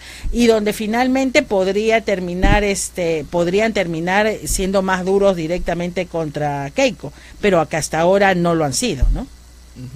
Sí, ahora, pero digamos, a ver, ¿a dónde puede, o mejor dicho, el presidente, tú has mencionado hace un rato, Giovanna, que llega, digamos, has caracterizado bien al gobierno y dice que tiene que hacer un giro, no solo en términos de cómo la gente lo está viendo, sino para marcar un poco la cancha de los años siguientes. Es decir, lo que debería ahí es utilizar más bien los pleitos del fujimorismo para salirse de eso y para meter algunos temas nacionales y tratar de generar cierto consenso para eso. Y lo que tendría que hacer, no es como algunos creen, cambiar unos ministros. Él ha dicho que va a cambiar pocos ministros. De hecho, Marisol Pérez Tello se decía que es una de las que iba probablemente a cambiar. De Agricultura y creo que 1 o 2 más. Entonces no va a cambiar la lógica de su gobierno. Entonces, ¿qué le va a pasar si sigue en esa misma línea, digamos, de su gobierno? ¿Qué cosa puede pasar en términos políticos? Mira, yo creo que finalmente si el gobierno persiste en lo que ha sido estos primeros 12 meses, vamos a tener un gobierno que va a terminar con bajísimas tasas de aprobación, un gobierno que se vuelve muy inestable y que finalmente va a terminar manejado, si quieres esa es la palabra, o sometido a otro, o sea, a gente fuera del propio ejecutivo, ¿no es cierto?, de esa agrupación, que pueden ser los fujimoristas o pueden ser cualquier otro que le ayude a generar la gobernabilidad que no sabe mantener. O sea, a mí me parece que que el gobierno adopte medidas importantes para cambiar su performance en los próximos 12 meses, depende que en el país se mantenga un clima de gobernabilidad, porque finalmente sin un ejecutivo, ¿no es cierto?, que tenga liderazgo, sin un presidente que ponga el norte o que ponga la agenda, sin un gobierno que se enfoque en los problemas que son más importantes para el país, la calle se puede calentar, ¿no es cierto?, las agrupaciones políticas también pueden creer que hay un espacio para ¿cómo se llama?, ser más agresivos. Entonces finalmente se puede crear un clima de ingobernabilidad que no le conviene a nadie. Sí, y ahora, pero ese otro soporte que no sea, digamos, su relación o su mejor relación con el fujimorismo, ¿quién la representa? Porque ese es el otro problema, porque digamos, Pedro Pablo Kuczynski inició su gobierno con una movida que políticamente parecía inteligente. Dijo, voy a tener un congreso adverso, abro la cancha, gobernadores, algunos alcaldes, ciertos sectores de la política inclusive no representaban en el Congreso, para darle un soporte que, digamos, sabía no iba a tener en el Parlamento. Bueno, y ahí estás hablando de un tema importante que son las elecciones del próximo año, ¿no es cierto? ¿Por qué? Porque finalmente con este tema de no reelección, ¿no es cierto?, aunque la reelección no era lo mayoritario, finalmente se abre la cancha más, y finalmente, ¿quién va a salir beneficiado? El segundo movimiento con más alcaldes, o sea, con más autoridades locales, el primero es Alianza para el Progreso, y el segundo es el fujimorismo. Es verdad. Y si el próximo año el fujimorismo tiene más autoridades locales y regionales que ahora, porque a pesar de todas estas dificultades que tiene, termina siendo lo más compacto que existe hoy día en el país, ¿no? Antes se hablaba también del APRA, que ya desapareció. La izquierda está en su laberinto también, o sea, perdida en su laberinto. Los movimientos independientes. Entonces, puede ser que el fujimorismo termine cosechando en ese ambiente, y además con un gobierno con un partido de gobierno que ya no es el que ¿cómo se llama? Ganó las elecciones. No, y que no tiene asiento en provincias. Y que no tiene, entonces en ese contexto ya no solo gobernaría con un parlamento en contra, sino con autoridades locales de oposición. Entonces ahí ya es para ponerse encima, comenzarse a persignar, ¿no es cierto? Sí, porque ahí, mira, por eso es que yo creo que el interés de Keiko, para que uno de los temas de conversación con PPK sea el tema de la reconstrucción. Ella lo que quiere es ese norte que no era suyo y que le ganó a Alianza por el último proceso electoral, lo quiere mantener. Imagínate que los alcaldes de la reconstrucción sean fujimoristas. Bueno, y el norte está muy mal, el gobierno está muy mal en el norte. Entonces definitivamente estamos hablando de un proceso político que no va para mejor, sino va para peor, en términos de caldearse más, en términos de tener un ejecutivo que no logra, ¿no es cierto?, liderar. Y además no logra liderar, pero además no logra poner temas en agendas que estén relacionados con la población. O sea, finalmente, por ejemplo, ¿qué sabemos de la reconstrucción? ¿Qué sabemos de los juegos del 2019, ¿no es cierto? ¿Qué sabemos, o sea, qué proyectos grandes o temas grandes se están manejando, independientemente de los que se dejó mal, ¿no es cierto?, o a medias en el gobierno anterior, pero que estaban allí, que además se han visto afectados obviamente por todo este tema de la corrupción. Entonces, aquí está realmente el gobierno en una necesidad de recargarse totalmente, y eso significa desde mi punto de vista un cambio en la mecánica de trabajo y también cambios en el gabinete, pese a que el presidente ha señalado que él estaría cómodo con que la mayoría siga a los 5 años, ¿no? Claro, eso es interesante porque en realidad es tu punto de partida, ¿no? El problema del gobierno no es el control del fujimorismo del Congreso, es el propio gobierno. Pero a ver, yo sigo creyendo, que a PPK lo salvó en el proceso electoral la salida de Guzmán.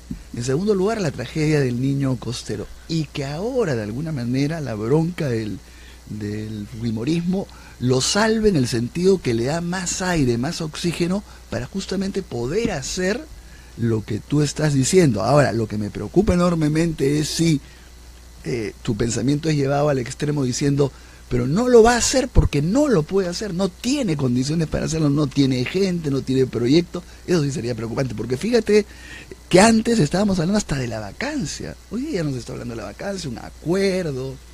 Pero es que realmente esos temas son medio cíclicos, y creo que se ha dejado de hablar de eso por los problemas también internos que tiene el fujimorismo, y porque el fujimorismo también tiene de alguna manera que pensar en el futuro, ¿no es cierto? O sea el 2021 o sea más allá, porque aparentemente lo que estamos viendo también con este tema de la discusión de Kenji y Keiko es que el fujimorismo no se va a acabar en el próximo proceso electoral, porque vamos a suponer que sea Keiko y que vuelva a perder, ya está casi preparado el tema del recambio, ¿no es cierto? O sea, ¿quién sería el nuevo rostro o quién sería la nueva figura que podría aglutinar? Entonces, digamos que en ese sentido el fujimorismo tiene el problema de que tiene que manejar el hoy y el futuro, digamos, de manera acertada. Y algunas cosas que hoy puedan parecer satisfactorias, ¿no es cierto?, pueden estar a la larga reforzando algunos de los problemas que la gente le ha venido criticando al fujimorismo con anterioridad. Sí. Tenemos que terminar ya, pero en relación a esto último, claro, a diferencia del fujimorismo, PPK y su partido solo tienen el hoy, no tienen futuro. Y en ese sentido debería ser más fácil decidir, claro, ¿no es cierto? Pero no lo están haciendo tampoco con claridad. Sí. Una pregunta final. Sí, no, chaprado, ¿no? Ya, en términos de Humala, lo que ha ocurrido en la prisión preventiva, ¿lo perjudica, lo favorece, va a salir fortalecido? ¿Cuál es su visión? Rapidísimo. Mira, yo creo que que digamos ha atenuado en algunos sectores esta animadversión tan grande con la que terminaron y que ellos mismos alimentaron con su comportamiento. Sin embargo, creo que la cantidad de problemas que tiene que enfrentar Ollanta Humala y Nadine Heredia es tan grande, ¿no es cierto?, que yo veo difícil que puedan en el corto plazo revertir esta situación a su favor, ¿no? O sea, en política y en el Perú, ¿no es cierto?, se han dado muchas recuperaciones también impensables en un determinado momento. ¿No te animas a decir, salen en libertad o se quedan? No, yo creo que eso es complicado decirlo ahora, ¿no? Pero creo que definitivamente cuando uno escucha y ve de fuera lo que se dice de fuera de ese proceso, en realidad la sensación es que fue excesivo el tema. O sea, es lo que uno ve cuando ve los noticieros chilenos, extranjeros en general. Hay una visión ahí de ese tema que hace pensar que podría revisarse este tema, pero creo que también en su caso su problema va más allá del tema salir o quedarse. Sí, claro, es mucho más grave que Giovanna, muchísimas gracias como siempre por haber venido a conversar con nosotros. Muy amable. Señor Giovanna Peñaflor, entonces, que ha conversado con nosotros. Son las 9:28 de la mañana. Tenemos que ir a una pausa, pero antes de irme a la pausa, quiero contarles que mañana, porque la gente en la red me lo está pidiendo, va a estar Gustavo Gorriti con nosotros para hablar sobre todo el tema del abayato. Va a estar un poco antes de las 9, así que ahí los vamos a esperar también para poder conversar con él. Y ahora voy a leer un poquito los comentarios que han hecho a propósito de la conversación que acabamos de tener. Una pausa y regresamos.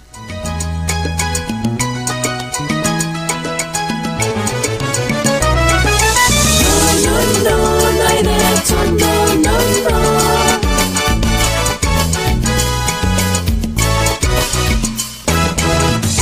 Que no te cuenten cuentos, el Diario 1 te cuenta la verdad. Compra el Diario 1, el diario oficial de la realidad peruana. ¡Qué bueno! ¡Por fin atraparon a ese ratero! Ese es conocido, siempre roba en el barrio. Cuéntese. Vamos, Maestro, por favor. De aquí ya no sales vivo. No, vecino. Llamamos mejor a la policía, ¿sí? No, vecinos. Aquí hacemos la justicia con la mano. Así es. La delincuencia debe ser sancionada con la fuerza de la ley y no con la fuerza de las manos. La seguridad que todos merecemos no debe obtenerse violando los derechos fundamentales ni las leyes. Con las manos no se hace justicia.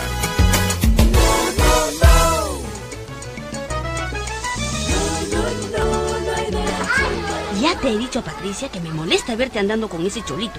Mira nomás, mira esa traza. Además, chato, pero trinchudo. Misio todavía. Ay, mamá, no exageres. Además, solo somos amigos. Sí, solo amigos, ¿no? Si todas mis amigas te han visto. Ya te digo, si te veo otra vez con el cholo Quispe, hablaré con la directora para que lo saque del colegio. ¿Cómo te vas a rebajar con esa gente? Nadie puede ser discriminado. No importa su raza, condición social o económica. Todos merecemos ser tratados por igual y con el mismo respeto. Porque no hay derecho.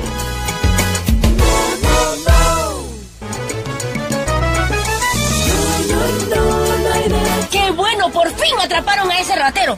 Ese es conocido, siempre roba en el barrio. Cuéntese. Vamos, Maestro, por favor. De aquí ya no sales vivo. No, vecino. Llamamos mejor a la policía, ¿sí? No, vecinos. Aquí hacemos la justicia con la mano. Así es. La delincuencia debe ser sancionada con la fuerza de la ley y no con la fuerza de las manos. La seguridad que todos merecemos no debe obtenerse violando los derechos fundamentales ni las leyes. Con las manos no se hace justicia. Caramba, ¿por qué tan contenta, señora Sandra? Hoy sí me hacen justicia. Van a sancionar al vocal de esta sala. Bien hecho. Ya se comprobó que sí hubo acoso sexual contra mi hija Patti. Por abusivo y mañoso, merece que lo destituyan. Y todavía trabaja como funcionario de hacer justicia en el país. ¿Qué tal, raza? A buena hora me animé a denunciarlo. Si los ciudadanos denunciamos los malos actos, todos los funcionarios corruptos estarán con sus días contados. Porque no hay derecho.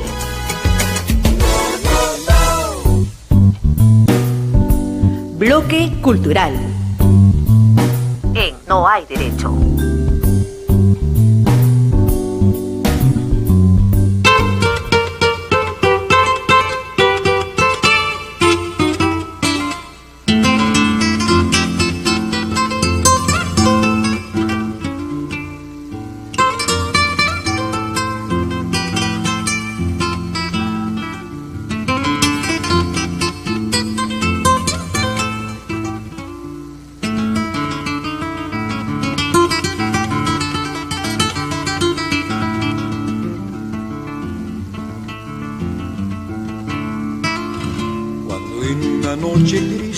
Voy a cantarle a mi amada.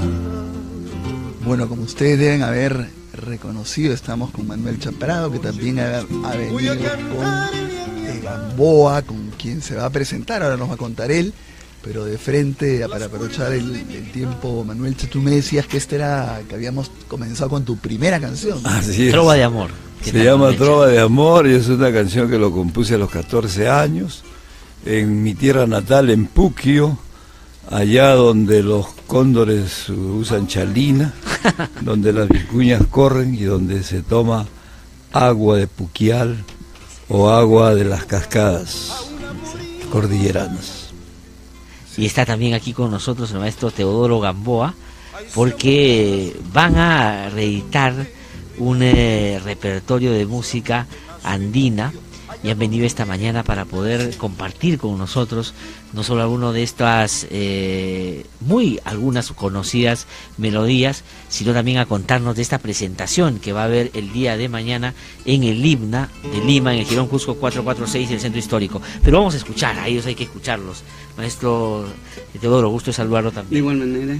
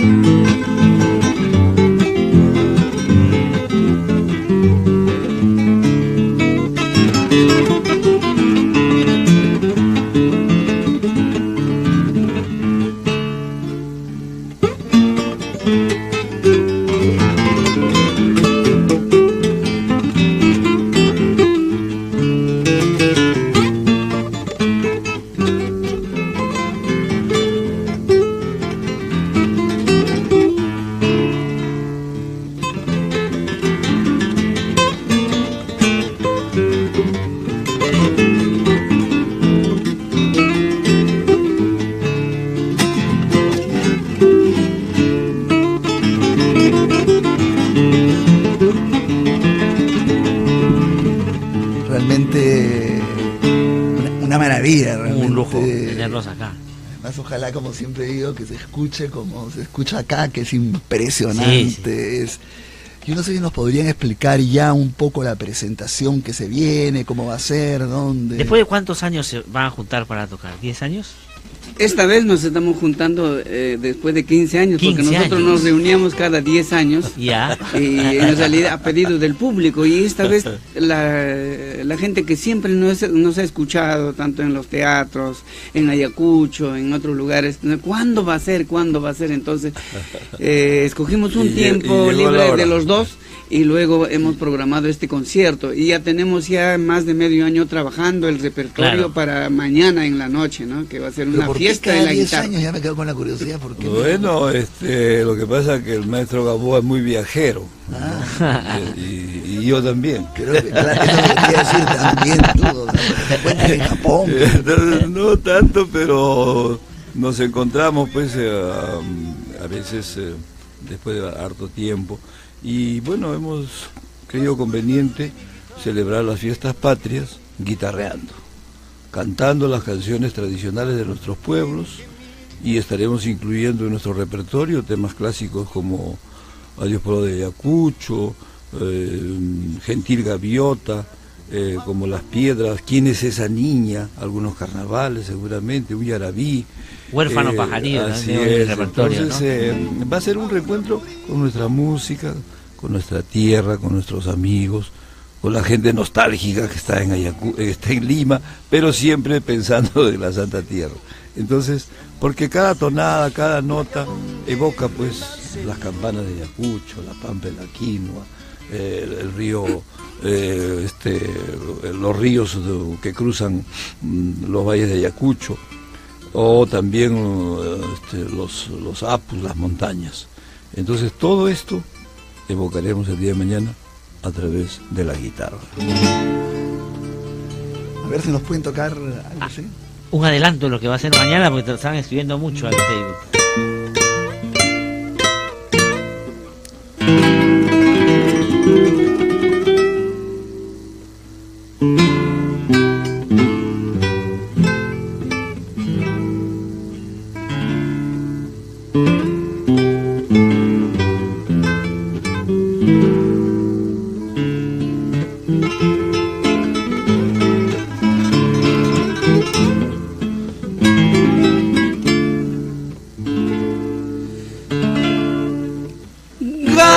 Gacela del alma mía,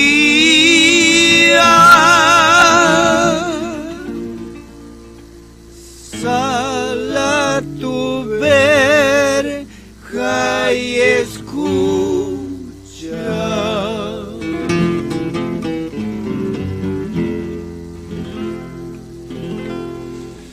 las tristes quejas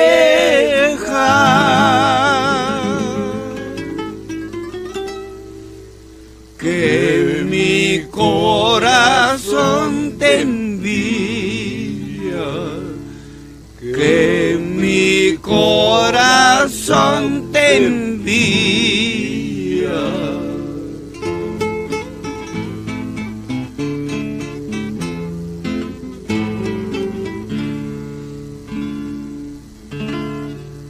Triste estoy, no sé qué tengo, más triste es mi pensamiento.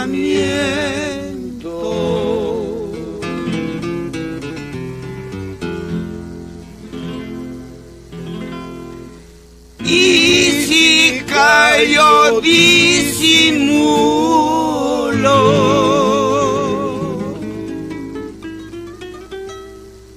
nadie sabe lo que siento, nadie sabe lo que sufro.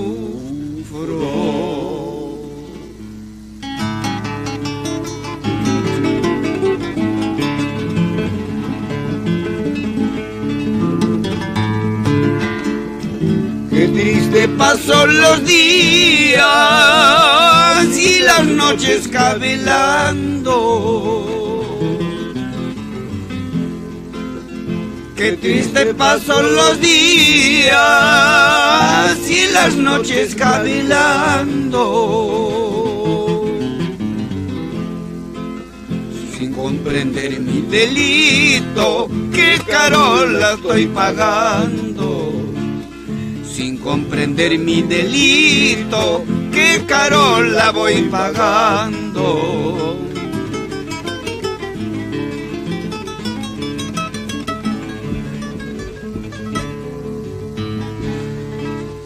Cuando ya no pude más, te entregué yo mi cariño. Cuando ya no pude más, te entregué yo mi cariño. Si en algo te he ofendido, descarga tu cruel rigor. Si en algo te he ofendido, descarga tu cruel rigor. Qué extraordinario, realmente es un lujo tenerlos acá y así lo está diciendo la gente. Leonor de Cisneros dice maravilloso, César Villarreal dice qué lujo. Maestros, qué lindo escucharlos. Un abrazo desde Nevada, en Estados Unidos. Pídele que cante Coca Quintucha, dice la gente. Azu dice tanta melodía llena de melancolía invita a humedecer la garganta, mirando hacia arriba, contemplando nostalgia. Salud, maestro, dice José Antonio Vázquez. Marina Benítez dice qué maravilla, Manuel Cha. Lo esperamos toda la vida. Excelente, mucha gente comentando, la verdad, esto. Y la presentación es mañana. El día de mañana. Es en el himno del centro histórico. Sí, en el himno de Lima, al frente de Iroca, bueno, todos los caminos conducen. Claro. Todos. Al himno. No, es espectacular.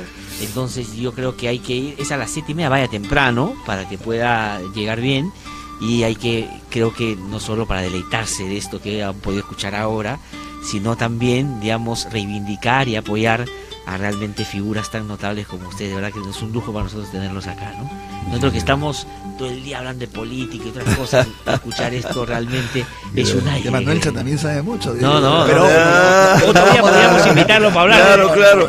Hablemos de la situación nacional e internacional. Queremos música. Tenemos que terminar ya el programa, claro pero quisiéramos despedirnos con alguna melodía que ustedes quieran proponerle a nuestros oyentes, reiterando nuestra invitación. Mañana Manuel Gamboa y Manuel Cha, es decir, Manuel Cha Prado y Teodoro Gamboa están en el himno de Lima, en Girón Cusco 446, en el centro histórico, 7:30 de la noche. Y una vez más reiteramos antes de interpretar un guayno que nos han pedido. Mañana es la fiesta de nuestra patria primero y la fiesta de la guitarra, porque las dos guitarras van a sonar de lo mejor. Las entradas están a la venta ya en Teleticket, de Bon y Metro. Ahí hay que ir, rápido, hay que comprar.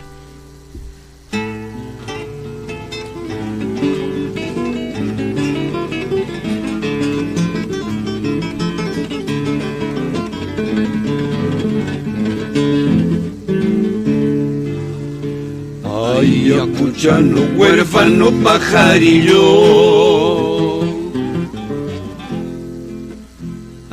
que has venido a tierras extrañas. Ayacuchano, huérfano pajarillo,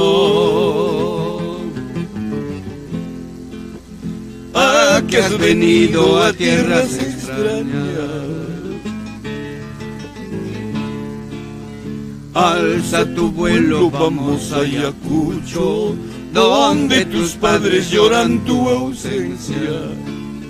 Alza tu vuelo, vamos a Ayacucho, donde tus padres lloran tu ausencia.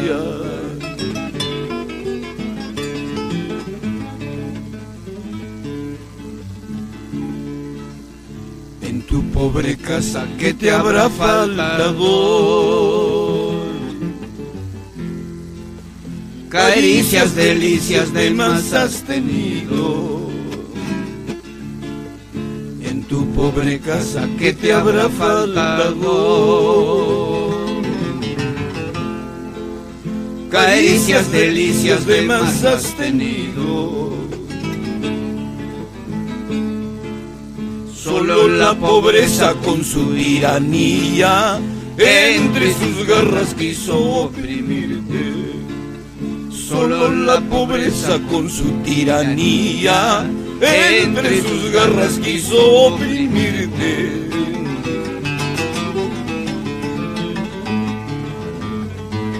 ¡No vamos! ¡Ay, negra! ¡Ay, samba! ¿Quién será tu dueño? Más tarde, cuando yo me vaya, mañana. Mañana en el himno a las 7:30 de la noche, en el himno del Cercado de Lima, estos dos maestros en vivo y en directo. Muchísimas gracias. Muchas gracias, amigos. Muchas gracias, hasta mañana. Este programa es presentado por Mediacor.pe.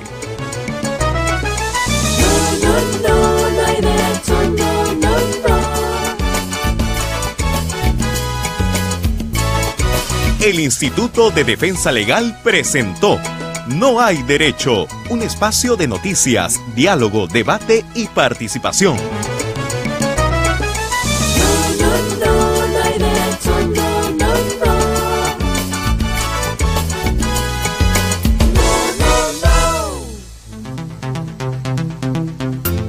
Continúa con la información, cultura, entretenimiento y música a través de radiosanborja.com.